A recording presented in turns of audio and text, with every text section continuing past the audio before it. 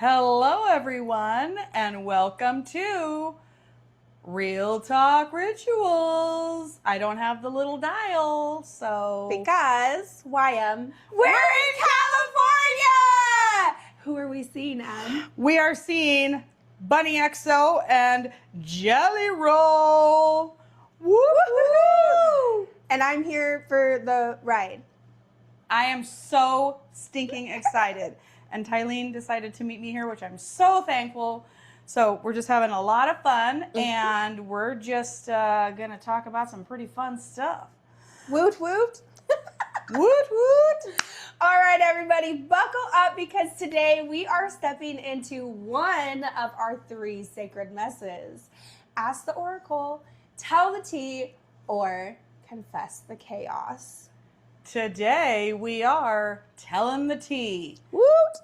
And our friend Trixie is back. She's back. We didn't even plan that part. Sure didn't. Okay. I'm kind of flattered that this was introduced to us the way that it was. Okay, Sparkle Sisters, here is the tea. I have been married this summer for 10 years. I love my husband, but he is a difficult man. Couples therapy is not an option. He thinks any therapy is a crock. Little backstory. In my past relationships, we fought all the time, screaming and tears. I don't want that BS anymore, and I'm going to stick to wanting therapy. So it's just easier to suck it up and deal at this point. With Todd, he will find an argument in an easy conversation. So for me, it's just easier to deal with it and shut down. Example, what do you want to watch tonight? I say, oh, nothing, because I don't want to hear about how this show is stupid and all the BS commentary that comes from him. As for cleaning, that's my therapy. When I get upset or pissed off about something, I just clean. Like, for instance, Todd and I bought 2 big rugs. Not cheap either. I asked nicely, hey, at least until after winter, please take off our shoes at the door so we don't trash the rugs. I do it, he does not. But when he did put his dirty work boots on, the other morning on the new damn rug, there was mud. So I vacuumed before work. I get home and there is dirt off his boots right there on the new damn rug. Todd. I guess it is my fault because I settled. What say you? So much. First of all, real talk, Trixie, I would never settle. But you're already married. I get it. You guys have to find ways to compromise, and I hear you. But at the end of the day, you have to decide how much you're willing to put up with and how much and we were just talking about this today, about how much your mental can take and how you have to set your boundaries. It's so interesting because for me, I would have already run for the hills. And that some people might be like, oh, that's stupid. It's just a rug. But to me, that translates into other things. Like, if you can't even do something as simple as take your shoes off out of respect for the shit that I have to do all day long and then come clean up after you, that's not just a rug. It's disrespect to me because I've asked you nicely to do something to help me out and you're not willing to do it. Why? Because you have ego, or because there's a million reasons why, but I'm not at the forefront of any of them. So what are we even doing? That's kind of how I see it. And she does say oh, because I settled, it's my fault. I feel like acceptance is one thing, but it is absolutely 1000% not your fault. You are not the one that is being disregarding and not thinking of the other person in the relationship. And if you're the only one that is thinking of the other person, there's balance issues. And I just think that we all deserve like to be respected and to have someone who can emotionally realize what it's doing to me and not want me to be in that level of stress, no matter what it is. It could be like you do your morning coffee and you leave your sugar on the counter and I've asked you to do it and you don't put it back. Old me, like married me, would be like, ha ha ha, oh men, right? Like, because we try to blame it on something so that we don't have to confront it or change it or accept it. Oh, men are so silly. I used to think it was so cute. Should I share the personal? That's what we do. A certain ex relationship. We'll just do that because I'm old and I've had a few. Okay. So a certain ex relationship person we didn't live together at this point. And I literally went to their apartment and their toilet was disgusting. And I was like, it's so cute that you need a woman in your house. You just need a woman's touch. That was my mindset.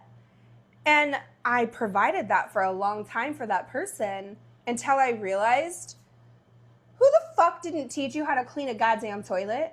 Your mom? We shouldn't be accepting these behaviors. We should be setting standards and saying... They also could have learned, but just chose... Exactly. Not to do it because it's easier just to leave it. But because the fucking house cleaning fairy comes and cleans everything and then it's all better. No, bitch, I'm the fairy. I am said fairy and I'm tired of shit. So, no. You scrub brush, fabuloso. Get to scrubbing. It's a big difference between the toilet and the rug, but really is it? Like, you literally are tracking mud in and then just leaving it for the fucking house fairy. I feel like the rug isn't necessarily about the dirt, though. It's about being heard. Yeah. And when somebody just blatantly disrespects something as simple as that, but as important as that, it's just saying that you're not validating what I'm asking and you are just choosing not to hear me. The choice, that's what hurts. Mm-hmm. It's the choice of, because if someone asks me, I keep hitting my mic, if someone asks me that don't do this, like it upsets me or it creates more work for me or whatever, the type of person that I am is, it used to be from people pleasing, but now it's just because I care. If I do something for you now, in the state that I'm in now, because everyone thinks I'm selfish. And I'm like, no, I just started choosing me. And if I do something for you now, you know that I made the choice to go out of my way and do it. And I feel like it's so much more special when I do it now. Whereas before, I would do it because I didn't want to ruffle feathers and I didn't want to cause problems. So there's a huge difference, but choice is like the main thing. And then like with choice is the fact that you had enough respect for that person who has an issue to make that choice, even though it's not something that is like that you would normally do. And here's the kicker. Most of these things that are asked of us or other people or within relationships take what? 3 extra seconds? Like, it's so insignificant if you look at it on a scale that it makes zero sense to me that you can't take your shoes off like when you enter the door. And I live in a new house, I just moved, brand new carpets throughout. My kids have never had to take their shoes off before in a house. And when we moved in, I specifically said, these are brand new carpets. We won't be doing this anymore. Shoes off at the front door. And my kids, I have not ever had to ask or say anything. Immediately they come through even my youngest comes through the door, takes their shoes off. And they've even got better or good at not leaving the shoes like in front of the door. So I've set like a little mat out over here, and then they have options to like put it on in the closet. There's a place they can put their shoes. They even take it and put them away or put them somewhere that's not in front of the door. If my 9-year-old and my 16-year-old can respect and do that with no fights and no concern, I don't understand how someone who is supposed to love you and be your partner in crime can't adjust. So that brings up a good point, because we don't know this part of the story because she didn't include it, but has there been a dedicated spot? Because you want to remove, even though it's his choice to not take his boots off, you want to remove every excuse to not. So True. Get a mat, get a box, get something and put it in the place where you prefer to have the boots. Make it, accessible for everybody. Mm-hmm. That takes off the, well, I didn't have anywhere to put them, or something Yes. like. Also, I'm a visual learner. Sometimes I need reminders. It could be, and I'm not trying to say, because I just told you how we don't do the men thing anymore, where it's like, oh, men. But also, men are men, and sometimes they forget, right? It's not that they're intentionally doing it. Women and men brains work very differently, right? Mm-hmm. And that's just science. It's a known fact. Yeah. And so because of that reason, I would say, like, he could, maybe it really isn't a disrespect thing. He's just fucking tired at the end of the day. He forgot.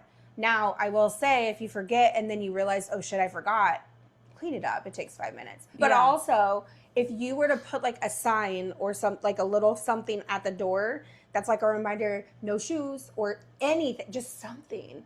And then as he's entering, so if you set a dedicated spot and you put the reminder of the sign and he still does it, you know you have a problem. You know you have a big problem. Yeah.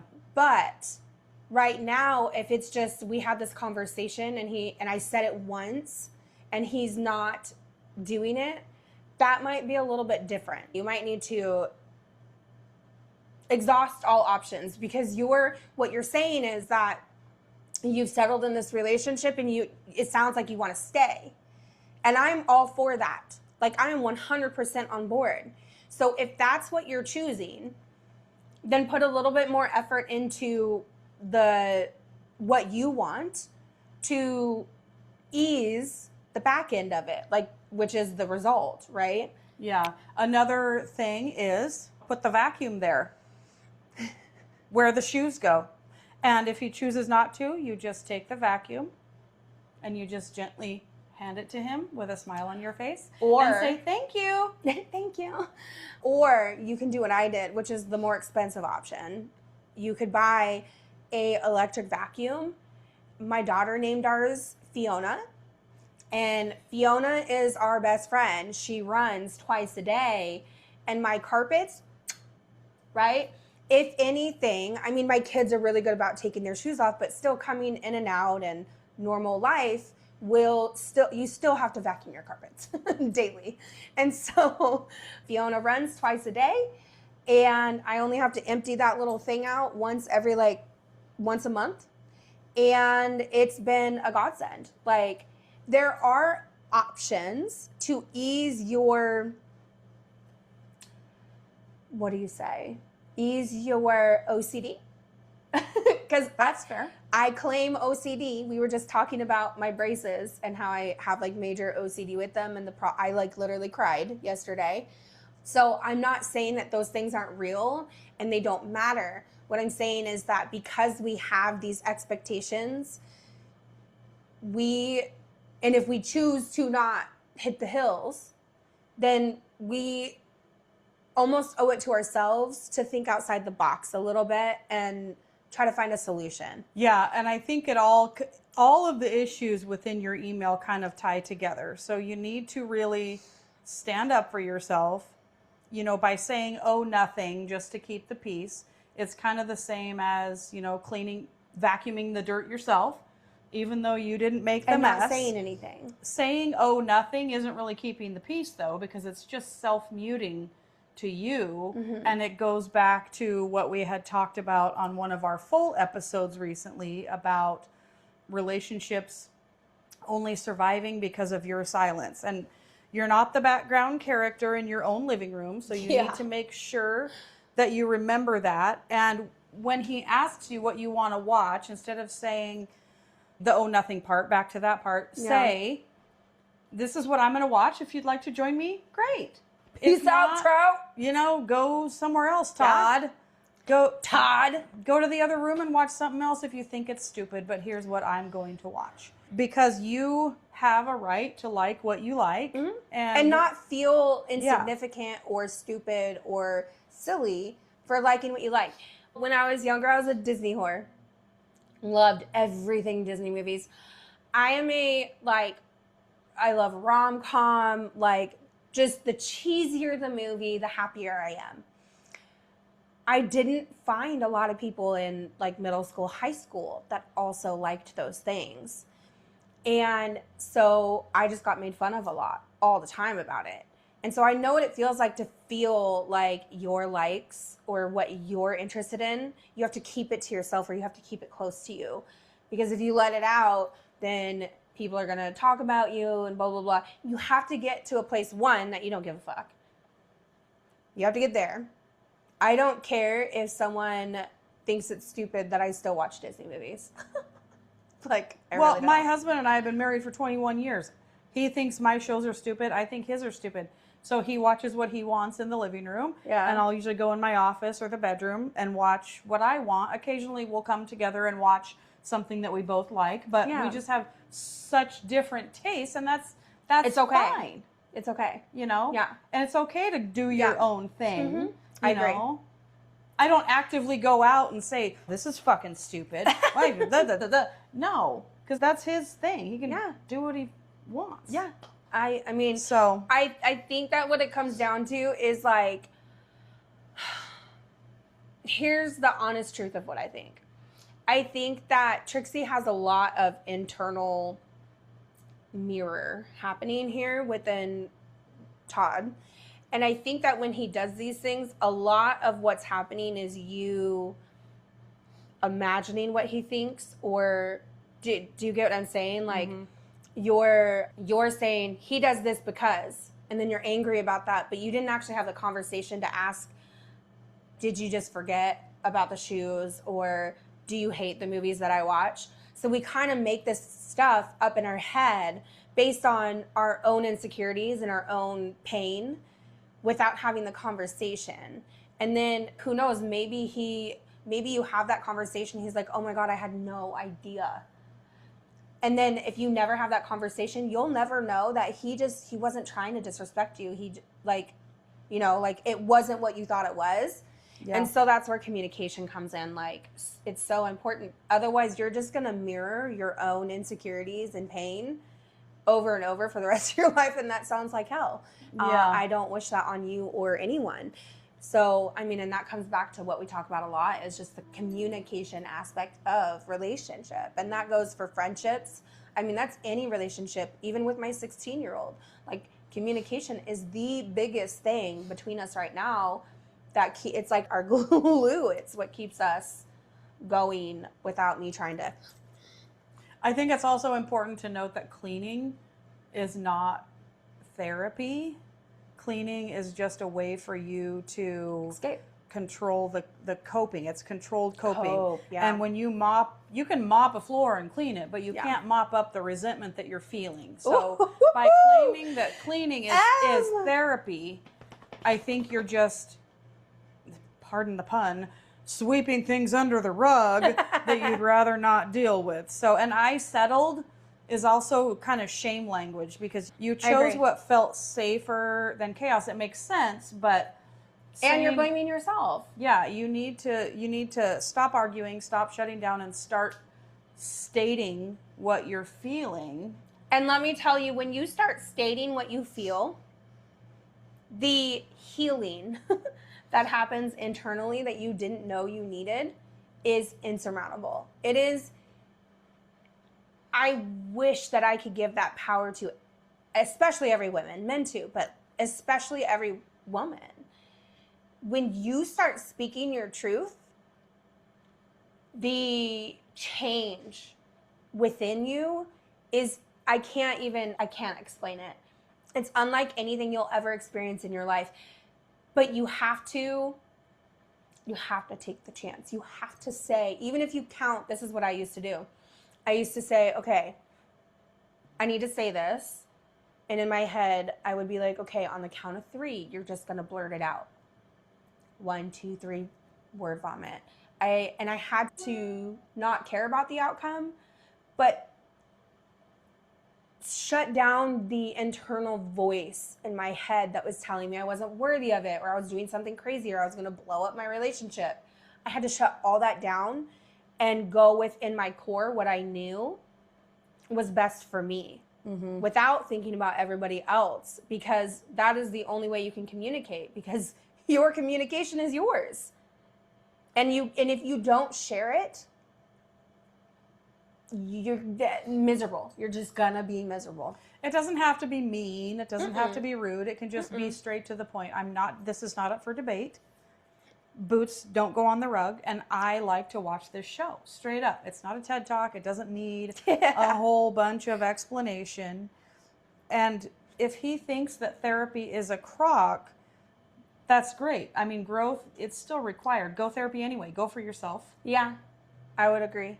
I would agree for that, or with that. But I also want to say that if you do the things that we suggested, which is get the mat or the specific place to put your shoes, and put like a little sign that says no shoes, or reminder, whatever is less triggering. You know your husband better than we do.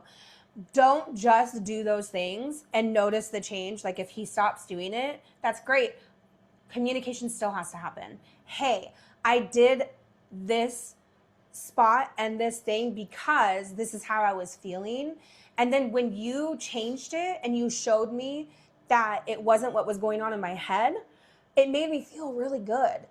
And I loved that about you. Not only are you not ignoring it like it never happened, but you guys are connecting in a way that it's like sneaky therapy, right? Because if he's like what he thinks about therapy, you can literally do that in a way where you guys might connect on a deeper level, and he might respect you in a way that you didn't know you just never know until you try. Yeah.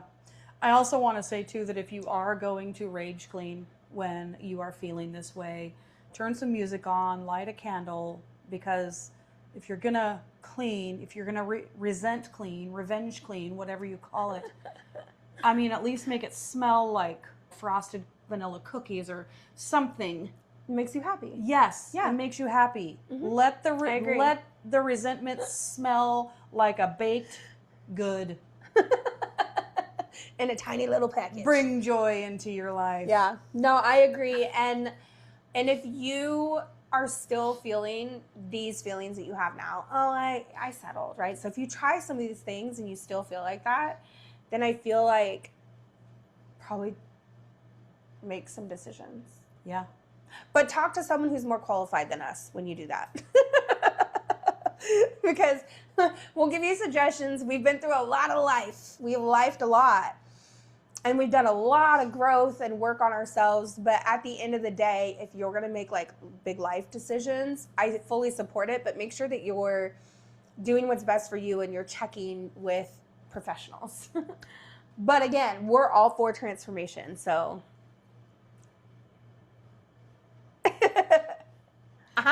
Yeah. Yeah. Well, that felt like free therapy. Except we're not therapists, like we just said. We only talk and look like we are. That part. If you've got something to ask, tell, or confess, visit us at iamherthepodcast.com. Scroll down to Real Talk Rituals and submit your contribution. Because trust us, we love your chaos. And if you learned something today, we want your input. Did Trixie or didn't Trixie put a mat down and put the smack down? I love us. That was so good. Until next time, y'all. Thank you for listening to Real Talk Rituals. Bye. Bye.